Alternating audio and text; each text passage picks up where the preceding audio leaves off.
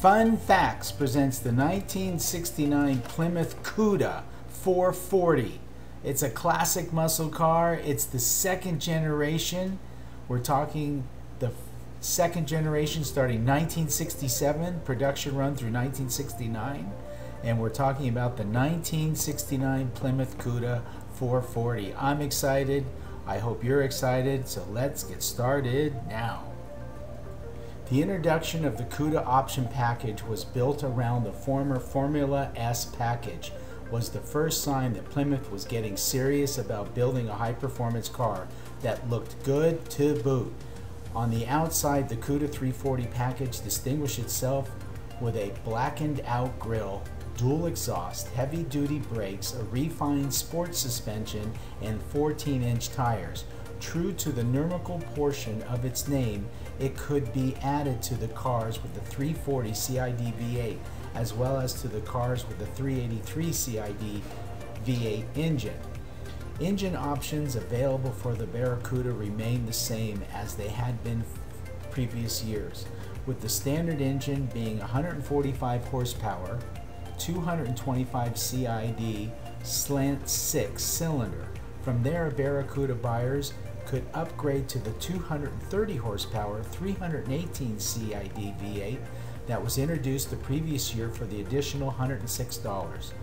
An extra $212 bought the 340 CID V8, which produced 275 horsepower, and the 383 V8, a 4-barrel engine known as the Super Commando, was an additional $334. And that engine was rated at 300 horsepower. As mentioned before, styling changes were minimal for the car. One way to distinguish the exterior of the 1969 model from the 67 or 68 is that they had rectangular side marker reflectors as opposed to the 68's round marker lights and nothing on the 67 version. There were the result of the new federal standards. A new interior option for 1969 reflected the times was the mod top, which was a vinyl roof covering with a floral motif that came with matching seat and door inserts. This was an option through 1970. Okay, the second generation Barracuda was redesigned with the model specific sheet metal, yet still shared many components with the Valiant. It rode on a 108-inch wheelbase, A body, and available as a convertible and a notchback hardtop coupe versions in addition to the fastback design. The new Barracuda was chiefly the work of John E. Hurlitz and John Sampson, with the Coke bottle side contours and heavily revised front and rear ends. Design changes included rear wheel openings, curved side glass, and S-curved roof pillars on the hardtop. The roofline on the fastback coupe was more streamlined, more steeply raked, and with much smaller flush rear window in place of distinctive massive wraparound in the original model. Also, the overall use of chrome trim was more restrained. During this time, the U.S. federal auto safety standards were phased in, and Chrysler's response and requirement for the side marker lights distinguishes each model year of the second generation Barracuda. So the 67 had no side marker lamps or reflectors, backup lights on the rear valance by the license plate. The 1968 round side marker lamps without reflectors, mostly white tail lamps with backup lights in the tail lamp housing, and the 69 a little tweak on the front grille, rectangular side marker reflectors without lamps, and the backup lamps were moved back to the rear valance by the license plate. And as the pony car class became established and competition increased, Plymouth began to revise the Barracuda's engine options. In 67, it was the 225 cubic inch, 3.7 liter slant 6 was still the base engine. The V8 options ranged from the 2 and 4 barrel versions of the 273 cubic inch, 4.5 liter, to the seldom ordered 383 cubic inch 6.3 liter B big block rated at 280 bhp.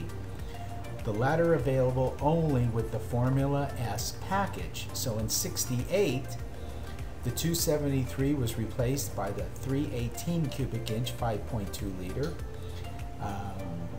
and as the smallest V8 available. And the new 340 cubic inch 5.6 liter 4-barrel was released.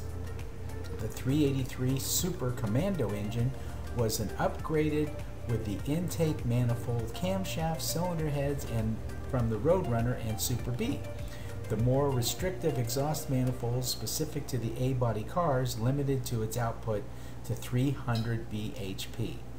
So also in 68, Chrysler made approximately 50 fastback Barracudas equipped with a 426 cubic inch 7-liter Hemi for the super stock drag racing. These cars were assembled by Hearst Performance and featured items such as lightweight, Chemcore side glass, fiberglass front fenders, hood scoop, lightweight seats, sound deadener, and other street features such as rear seats omitted. An included sticker indicated that the car was not for use on public roads. It could run the quarter mile in the mid-teens in 1968. And then for the South African export market, a 190 bhp high-performance version of the 225 Slant 6 called the Charger Power was offered. Okay, so in 1969, the Plymouth placed an increased emphasis on performance. A new option was the Mod Top, a vinyl roof covering with a floral motif available in 1969 and 1970. Plymouth sold it as a package with seat and door panel inserts done in the same pattern. The 1969 version of the 383 engine was upgraded to increase power output to 330 bhp. A new trim package called the Cuda was released. The Cuda, based on the Formula S option, was available with either the 340, the 383, and the new for 69 was the 440 Super Commando.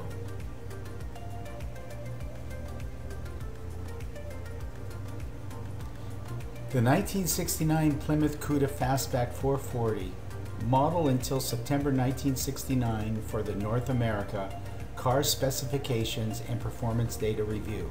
The 1969 Plymouth Cuda Fastback, the 440, specs data sheet with technical data and performance data and analysis of the direct market competition of the Plymouth Cuda Fastback 440. In 1969, the model with two-door fastback coupe body and V8 7206 cm, according to Professional Cars estimation, this Plymouth would accelerate from 0 to 60 in 5.7 seconds, 0 to 100 kilometers in 6 seconds, and 0 to 200 kilometers in 26.1 seconds, and the quarter mile time in 14 seconds flat.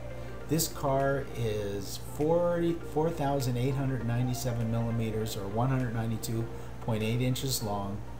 It's 69.6 inches in width and 52.8 inches high. There's something to be said about the first of anything. If you're the first to cross the finish line, you're the winner. If you're the first to realize a trend, you're a pioneer. And if you're the first of your kind, you're an original. Now consider this documented 1969 Plymouth Cuda technically pioneered the pony car segment because it went on sale weeks before Ford's fabled Mustang. Being the first Plymouth to ever wear the hollowed Cuda name, it's certainly an original, since it's a real deal M code car that wraps numbers that's matching the 440 V8 and data correct A727. Well, if you found yourself this far into the video, we'd like to thank you for taking the time out of your day to watch our video. If you like our video, please give us a thumbs up because it really does help our channel. And if you like our channel, please subscribe because we will be doing all the muscle cars, the sports cars, the hybrid cars. We'll be doing all the autoramas, the hot rods, and the custom cars. So there's a little bit of everything for everybody. And again, we'd like to thank you for taking the time out of your day. So always, always, always take good care, and we hope to see you when we upload our next video. Thank you very much.